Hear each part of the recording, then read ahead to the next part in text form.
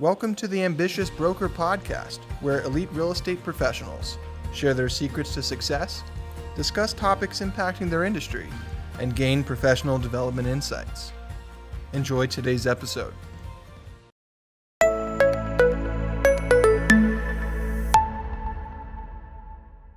Good morning and welcome to the Ambitious Broker Podcast, where elite real estate professionals share their secrets to success, discuss topics impacting their industry, and gain professional development insights.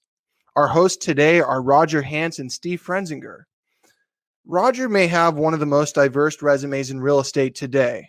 After a very successful sales career, he built a trend-setting 14-office company, pioneered real estate technology, built homes, and consulted in opening many real estate escrow and mortgage companies for others.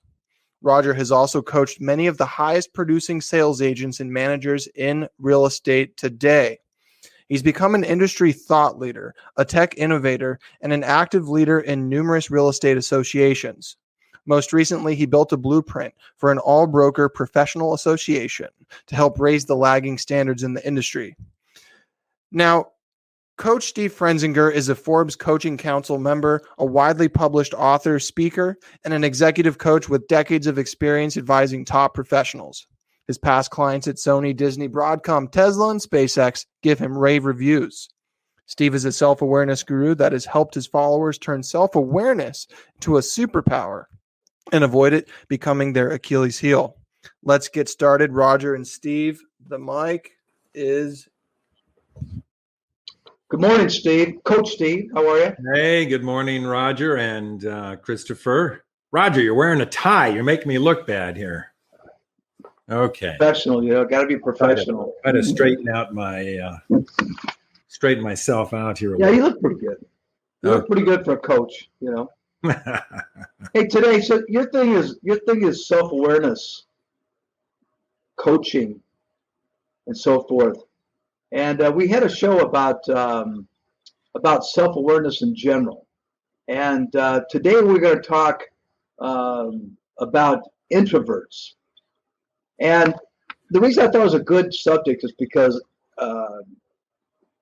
as you know, I've had a couple thousand salespeople, real estate people work for me over the years. And I've always found it really interesting because as the owner of a real estate company, you sort of have to be thinking about how you help someone, how you become an added value to agents that are working with you. And so it becomes a study. And it's interesting that all the different brain types that actually end up working. And the thing that's interesting to me has been that there doesn't seem to be a single brain type that is perfect to do this. And over the years, it's been fun to sort of check my gut, even in coaching or in consulting, to see how your gut is with saying, here's someone who's going to make it for sure, or here's someone who has no chance. Yeah. And I'm telling you, every single body type, gender, sexual preference, ethnic group, command of the English language. The range of all of this has been so broad, and people have been very successful. Yeah. It's always been very surprising to me. And introverts are ones that, in theory, you would not say there's a person who's ideal for sales, yet they turn out to be very successful. Yeah. Well, it's so interesting because I really like your comment about the diversity of people who've been successful in real estate, because the reality is that across all the different personality types, every single one of them is gifted in some areas and less so in others.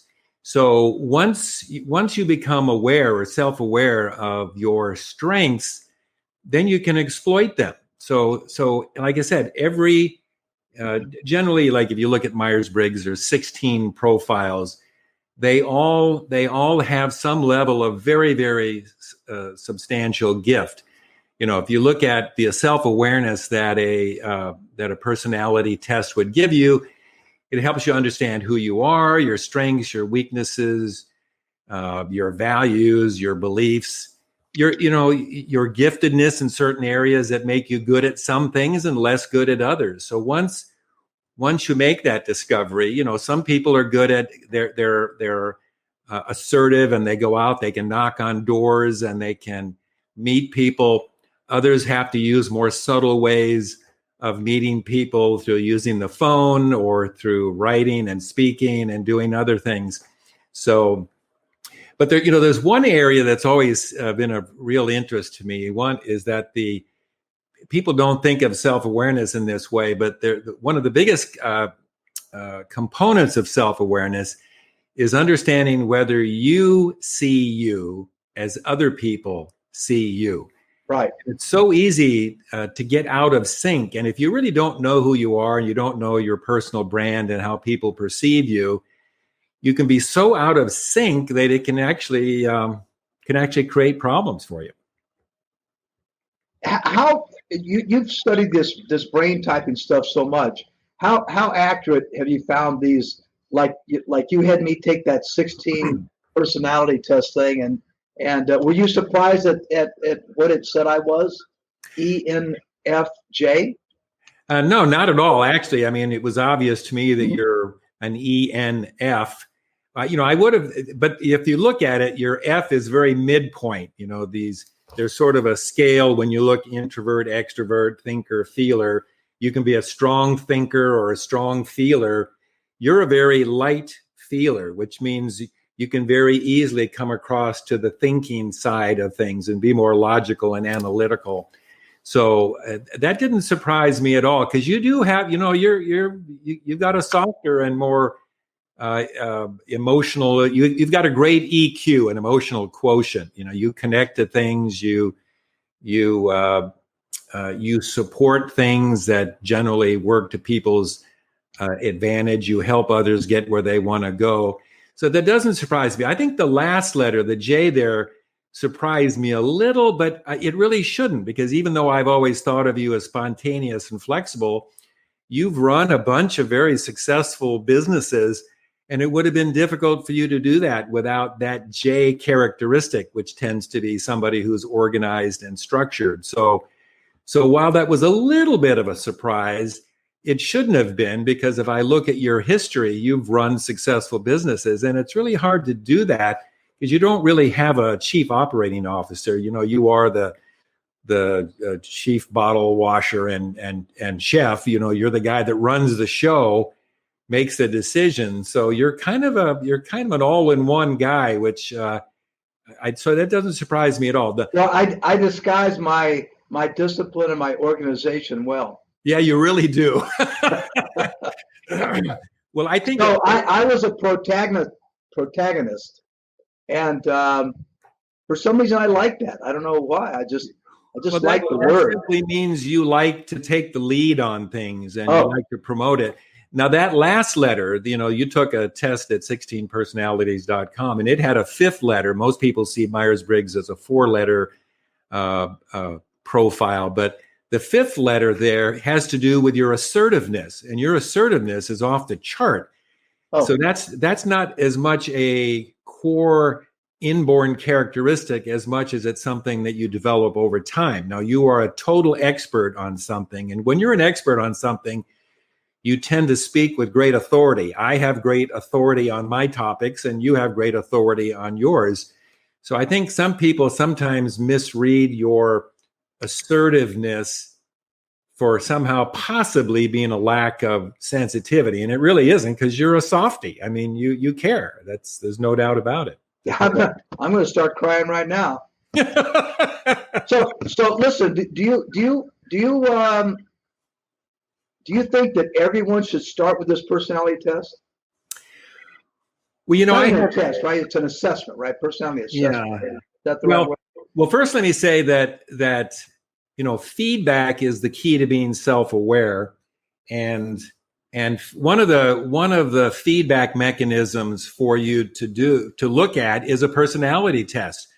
You can take an intelligence test. You can take a lot of different tests. I took one when I was very young, and it highlighted a skill not in my wildest dreams did I think I had. And it became very influential. So yes, I absolutely, you can't go wrong. 16personalities.com. It's a free site. It's a hybrid model that mixes Myers-Briggs and the Big Five mental models. Those two models, Myers-Briggs and Big Five. Big Five you don't hear much about because it's sort of used internally within the world of psychology. But the two of them have a great deal of overlap, and 16 Personalities has come up with just an incredibly powerful hybrid that is so insightful. So, but on the issue of feedback, the kind of feedback that you need to become fully self-aware, there's sort of reasons we don't get it. For the most part, we don't observe ourselves very well. We're usually pretty good at observing other people, but we don't observe ourselves very well. And we don't ask others. It's kind of uncommon to go out and say, hey, what do you think when you hear my name? You might ask, how could I do a better job and stuff? But generally, people don't ask those open-ended questions because they're afraid of the feedback. Right. And then other people don't give it to us. If Roger, in your position of authority, I don't know how many people come into your office and say, Roger, hey, great presentation, but I got no idea what the hell you're talking about. I don't know if you are getting that feedback unless you're soliciting it.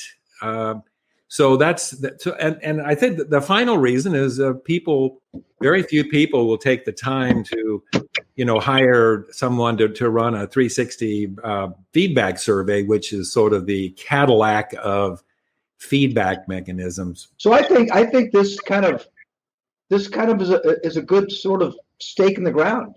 In other words, I think it's not a bad idea to say to people, one, go do this. It's non-threatening. You don't have to show it to anybody. It'll give you some insight to yourself, and it can be that first step to self-awareness. And you call it the superpower. And you've sold me on that, by the way. I do believe that as people fully understand their strengths and weaknesses, and as a football coach, it's interesting.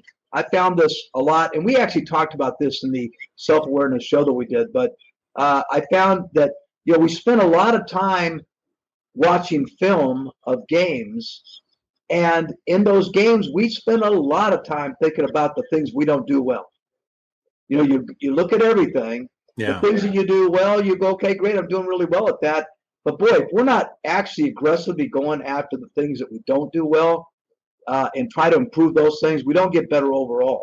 I think it's kind of true. It's kind of true individually, being aware of that well, there's a lot of philosophy around that says, if you're gifted, if you have some special skills in a certain area, that you should exploit those and just be aware of your weaknesses.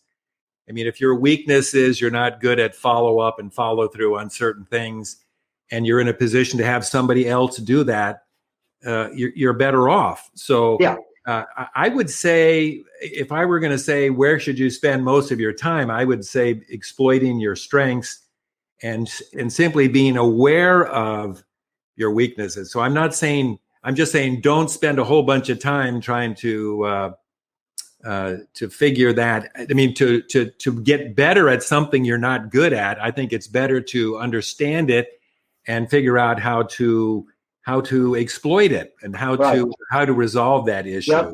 For you, you've got people around you that help you work and stuff. Oh yeah, this is the John Wooden pyramid of success here. I'm going to jump in here for a second. I brought up the John Wooden pyramid of success because he says success is peace of mind, which is a direct result of self-satisfaction and knowing what you did the best of which you are capable. Coach John Wooden. Yeah, and obviously I think everybody wants to do their best, but don't you want to do your best in things where you have a natural advantage? So, I see all the information that you would get from a personality test as advantageous, but you did mention earlier the issue of introvert. Introvert is the one characteristic that people misunderstand. Obviously this the chart we just put up here are sort of the 5 pillars of self-awareness, and we're focusing in on the number 2, which is personality. And one of the characteristics you look at is whether or not you're an introvert or an extrovert. I remember the first time a test told me I was an introvert, and boy, that didn't sit well with me. I said, oh gosh, I had this image of a quiet, sitting on the sidelines, uninvolved, low energy, non-participant. And I said, gosh, I don't want to be like that. And I didn't actually feel like that. So I guess I'm here to say, listen, don't misunderstand the term introvert. It's actually, I see it as a huge advantage. Matter of fact, if you're worried that somehow being an introvert is going to hold you back, I'll remind you that Jeff Bezos, Bill Gates, Steve Jobs, Warren Buffett, Elon Musk, and Mr. Zuckerberg are all introverts. So don't think for a second that introverts can't perform at the top of the game, at the top of the game. So let's do this. Let's break this into 2 things. One is, if you're an introvert, how do we find out what you're about? And then secondly, for the rest of the people who may be watching the show here, is let's say if I'm not an introvert, how do I work with someone who is an introvert? So let's start with a salesperson recognizing how they'll know they're an introvert, and if they are, how do they use that to their advantage? Okay, well, first off, roughly half the world are introverts. So the idea that you are either an introvert or you're going to deal with introverts in your life is a certainty, okay? So let's first look and try to decide whether you see yourself as an introvert. Now, this chart has a list of the top 10 characteristics of an extrovert and the top 10 characteristics of an introvert.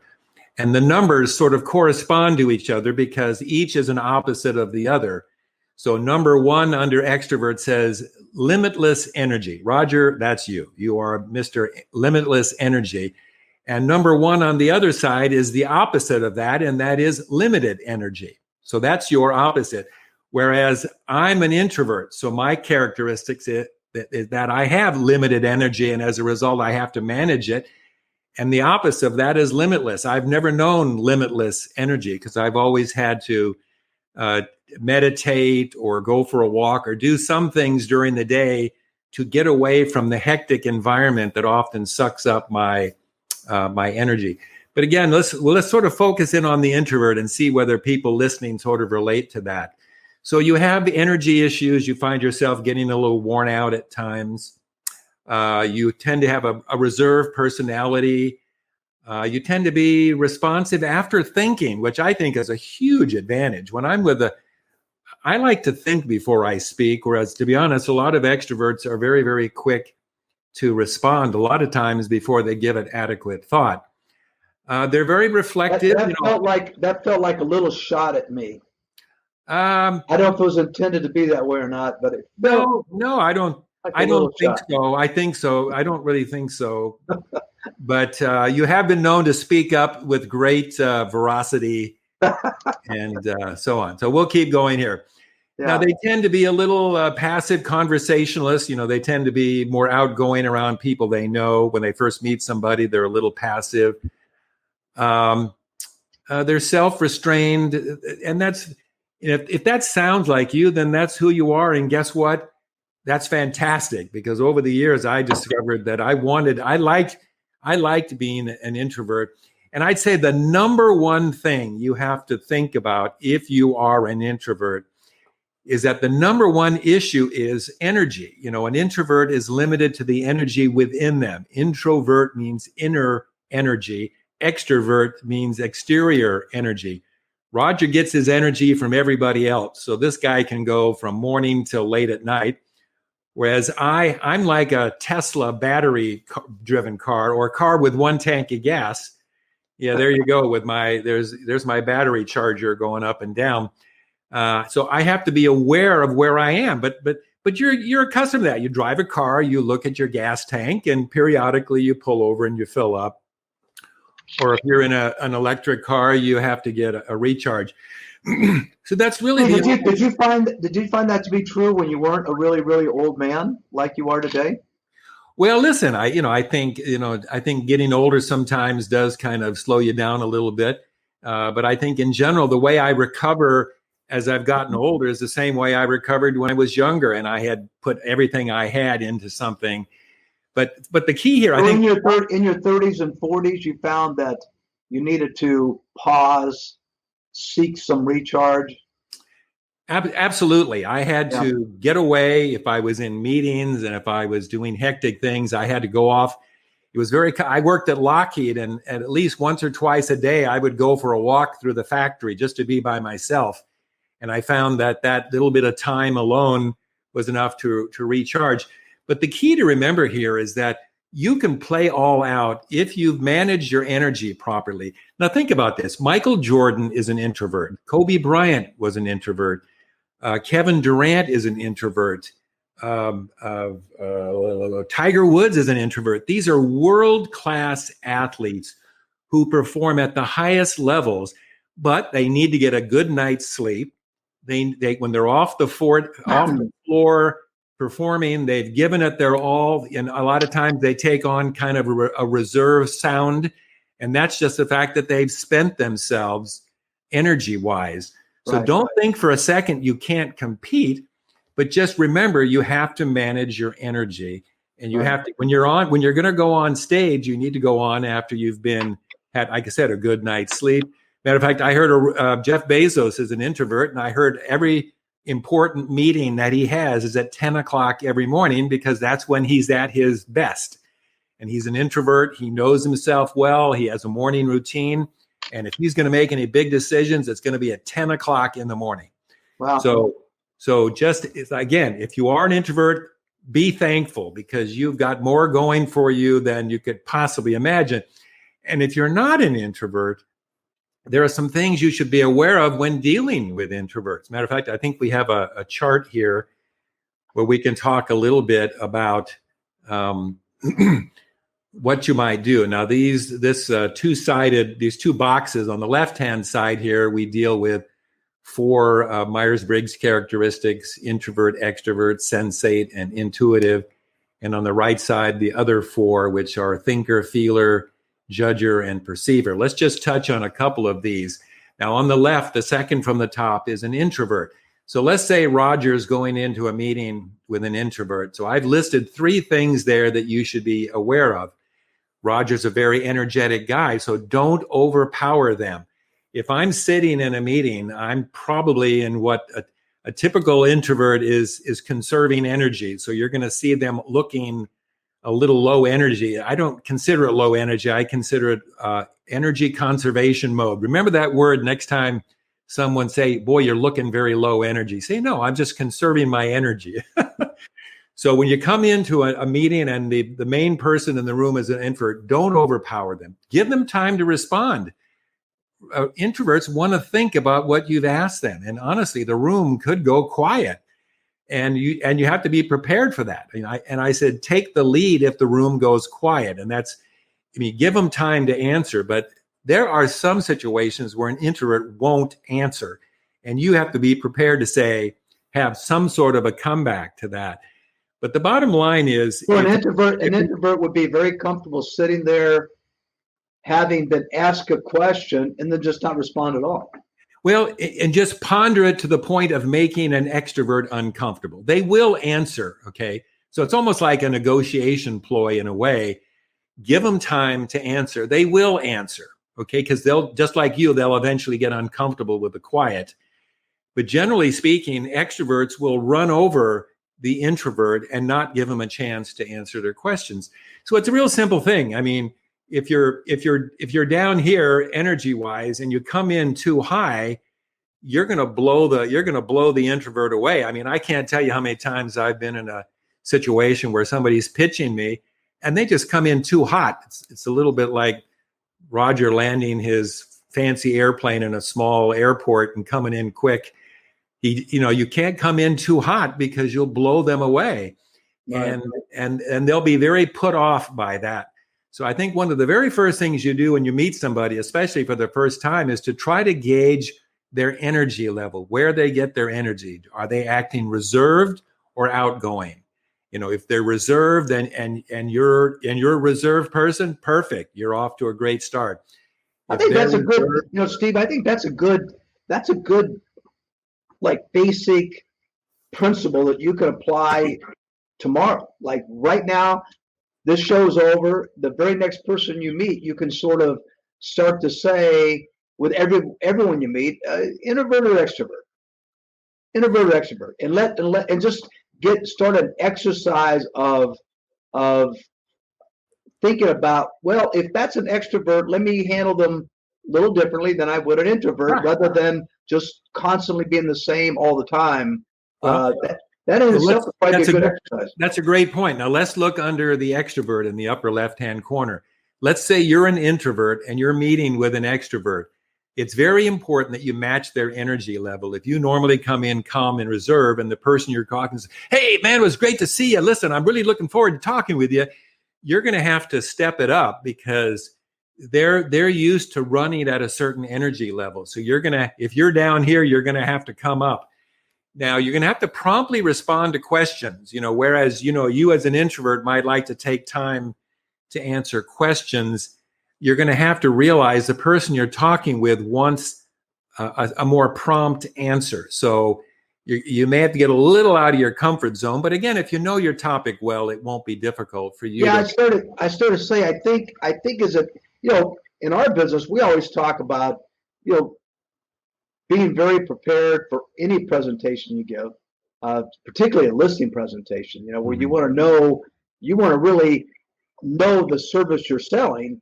And the truth is, even in prospecting, we found that if you're working for sell by owner or someone whose listing has expired, or just door knocking, when you put yourself in those environments, it doesn't take long until you've heard everything someone's got to say. And so once you have your ability to be prepared, so even as an introvert who wants to think longer about something, it seems like preparation would be even more important to you, because you can be comfortable responding quickly and know that it was a well thought out response, because you've just gone over it so much. Absolutely. Preparation is the key to success. You need to go into those situations sort of anticipating the types of questions that might be asked. Now, so, if we're going to talk about first meeting people, most people do this sort of subconsciously, and maybe we'll try to give them a little structure around it. So when you first meet somebody, the first thing you want to do is try to gauge their energy level and try to sort of make sure that if you're an extrovert, you don't blow an introvert away, or if you're an introvert, you got to raise your game up to match the extrovert you're talking with. So let's look at the second thing you would gauge. Now look in the right-hand side of these two images here. In the upper right-hand corner, we've got thinker and feeler. Okay. So I'm a thinker. If you're going to come to me, you need to be logical and expect objectivity, which means I deal in facts. So if I'm coming to you as an introvert, so No. In this situation, you're coming to me as a feeler. Let's say you're the opposite. Okay. You're a feeler. I'm a thinker. Okay. So if you're a feeler and you come to me as a thinker, you need to be logical and expect objectivity. I want facts. I don't want interpretation. Okay. I think you should avoid being emotional, because again, I'm into hard, cold facts, and get to the point. Be candid. Most thinkers like to get to the point. Whereas if I'm a thinker and I want to deal with a feeler, let's say I come to you, Roger, but you're kind of an interesting case because you're sort of in the middle, but I think you do lean toward feeler. If I were to come to you, I would be personal and expect subjectivity, because you're a very personal guy, and subjectivity is, that means you're there for the sort, you interpret the situation. You don't necessarily take the hard facts. You tend to show warmth, caring, and sensitivity. And now that I think about it, that's always been core to who you are. And, you want to be tactful and concerned with others. For me to come in and talk about a bunch of ways to make money by exploiting other people, I would think you would see as a huge turnoff. So So again, these are the top 3 things you would do based on whether you're meeting with an introvert or an extrovert, which is the first thing you want to gauge when you meet somebody. And the second thing you want to try to gauge is whether they're a thinker or a feeler. And again, these are things that thinkers aren't always thinkers, but they lean that way. I lean toward thinker, Roger leans toward feeler. But that is what we're going to show people. That's the authentic us. Roger is very authentic is in who he is, and I'm very authentic in who I am. But we have to take each other into consideration if we're going to have a good interaction with somebody. Let's take a couple minutes and finish these things as we start to wind down a little bit. We've talked about extrovert, introvert. Give me a couple minutes on sensate and intuitive. Okay, for those people who are familiar with that or who take the 16 personalities test or have come back with either an S or an N in the second position of the 4-position Myers-Briggs profile, an intuitive is somebody that, if you look at the 3 points there, is somebody who likes the big picture and is very visionary. So an intuitive is somebody that really likes to look at the forest, not necessarily the tree. They tend to be creative and they love to look into the possibilities of things, and they focus more on the future. So once you spot somebody who's future focused, creative, big picture oriented, you're probably working with an intuitive, and that's the level of communication you should have with them. Whereas the opposite of that is a sensate. A sensate is down to earth. They're very in the moment. They like the details. They want things to be practical. They want to hear the facts. They want to focus on today's impact more than tomorrow's impact. So if you're an intuitive and you're very future focused and you're talking with somebody who cares more about today than tomorrow, you can obviously be out of sync with that person. So where would those show up in the letters of the test, the personality test? That's the second letter for you, which is an N for an intuitive. For me, it's an N. That means they couldn't use I because it was taken with introvert. So they used the N of intuitive and made that the indicator of intuition. Got it. And one of the biggest things that I understood as an intuitive is that because I'm so focused on the future, and because the future only exists in my mind, I have a tendency to kind of go into my head and ponder the future. And unfortunately, sometimes when you're in your head thinking, you miss some of what's going on around you. So, So I think a heads up for intuitives is that connects to your introvertedness as well, I suppose, huh? Yeah, I would think if you're a reserve introvert, I think you're probably prone to be in your head a lot, and you have to work at staying in the moment, because when you're in the moment and present, you're not in your head and you're there with people. I can't tell you how many times my wife has looked at me and said, "Earth to Steve," because she's talking to me and she knows I'm not listening. And where am I? I'm in my head. And what am I doing? I'm pondering the future. Our wives must be comparing notes. Yes. On that. Yes. So, all right. Well, let's summarize this. I know that Christopher's got a graphic I thought was pretty good. Your computer head lady. Can we see that? There you go. I kind of like this. It sort of gave me some sense of this thing, because our brains are computers, Yeah, based on my early computer training and stuff, I got to admit, I tended to look at most problems as a computer. Everything has an input, everything has a process, and everything has an output. So when I started looking at personality type, excuse me, I need to get a drink. When I started looking at personality type and trying to remember those 4 letters on Myers-Briggs, or tried to read people when I first met them, I simply started to look at them like a computer. Now, that's my daughter hiding behind the computer screen there. And it has 4 categories: power, input, process, and output. Every computer has power. It gets energy somewhere. That's the introvert or extrovert. Introverts get it internally. Extroverts get it externally. Now, we all have to gather input, and we gather input either as a sensate or an intuitive. Sensates are into the five senses: hearing, smelling, seeing, touching, whatever, smelling. And intuitives have that sort of that sixth sense. It's that gut feeling that they get. Intuition is a gut sense. And so the computer that you're talking to, that person you're talking to, is going to gather information in one of those two ways. Then when they process, the word process, they're going to process with either a tendency to be a thinker, which is analytical and logical, or as a feeler, which is caring and sensitive. And then they're going to output it. Every computer has an output. They're going to do it either as a judger, which is very structured and organized, or as a perceiver, which is a very spontaneous and flexible person. I'm a judger, which simply means I like things organized. I don't leave the house without a list. I tend to put work before play.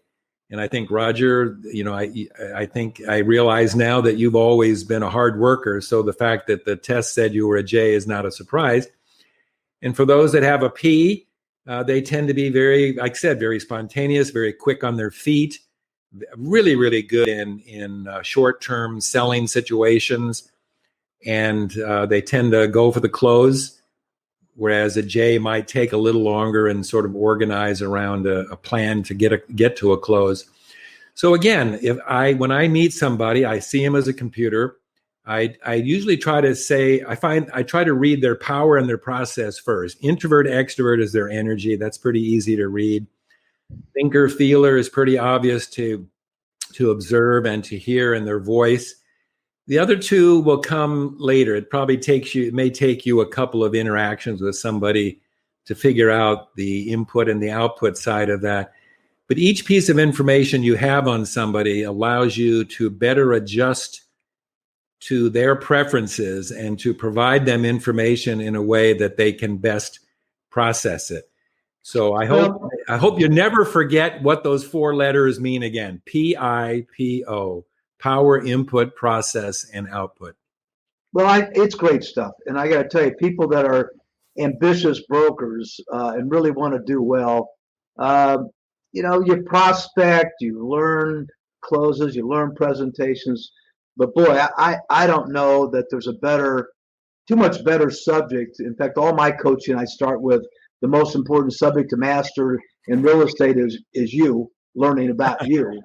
And certainly learning about letting that learn about others, and just that whole skill, that whole dance between your personality type and someone else's personality type, the thinker, feeler, introvert, extrovert, just getting that dance down is so critical to doing very well. So, there's one point I want to make, and I realize that, the name of this podcast is The Ambitious Broker, and it's for the elite real estate professional. If you want to be in the elite category, you're always going to have to do things that other people won't do.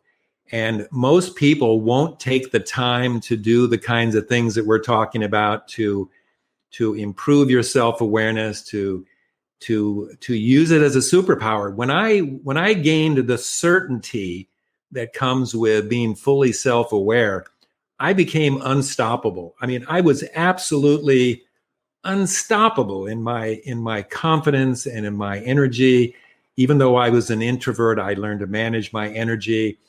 Whereas if you don't have that certainty and you're not self-aware, then it becomes kind of an Achilles heel, because you don't read people properly, you don't exploit your strengths, you focus too much time on your weaknesses.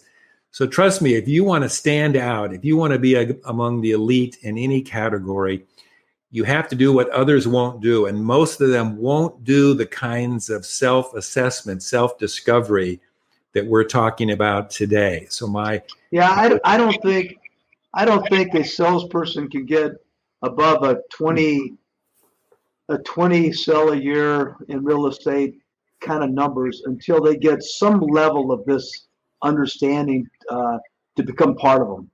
So Listen, with that, thank you. It was a great show here. I don't want to go too long, but we do have some references. Let's put up, Christopher. Let's put up. There you go. Search Forbes.com Pfrenzinger. So everybody write that down. Pfrenzinger. Pfrenzinger. And if you go there, the charts that we had today will be available to you, and you can always send questions to us through through Steve or through our yeah. Basically, that's a list of all the writing that I've done on the subject of self-awareness. So yeah, Forbes.com. Hit the little microscope and enter Pfrenzinger, and you'll see all of my writing on this subject. And it's geared toward those who want to be in an elite category. And it's right there for you with greater detail. All right, sounds good. Listen, good seeing you again, bud. And Christopher, thank you for your help today. Thanks for joining us on another episode of the Ambitious Broker Podcast, where elite real estate professionals share their secrets to success, discuss topics impacting their industry, and gain professional development insights. For Roger Hansen, Steve Pfrenzinger, this is Chris Decker signing off until next week. Have an awesome day and go take your damn industry back.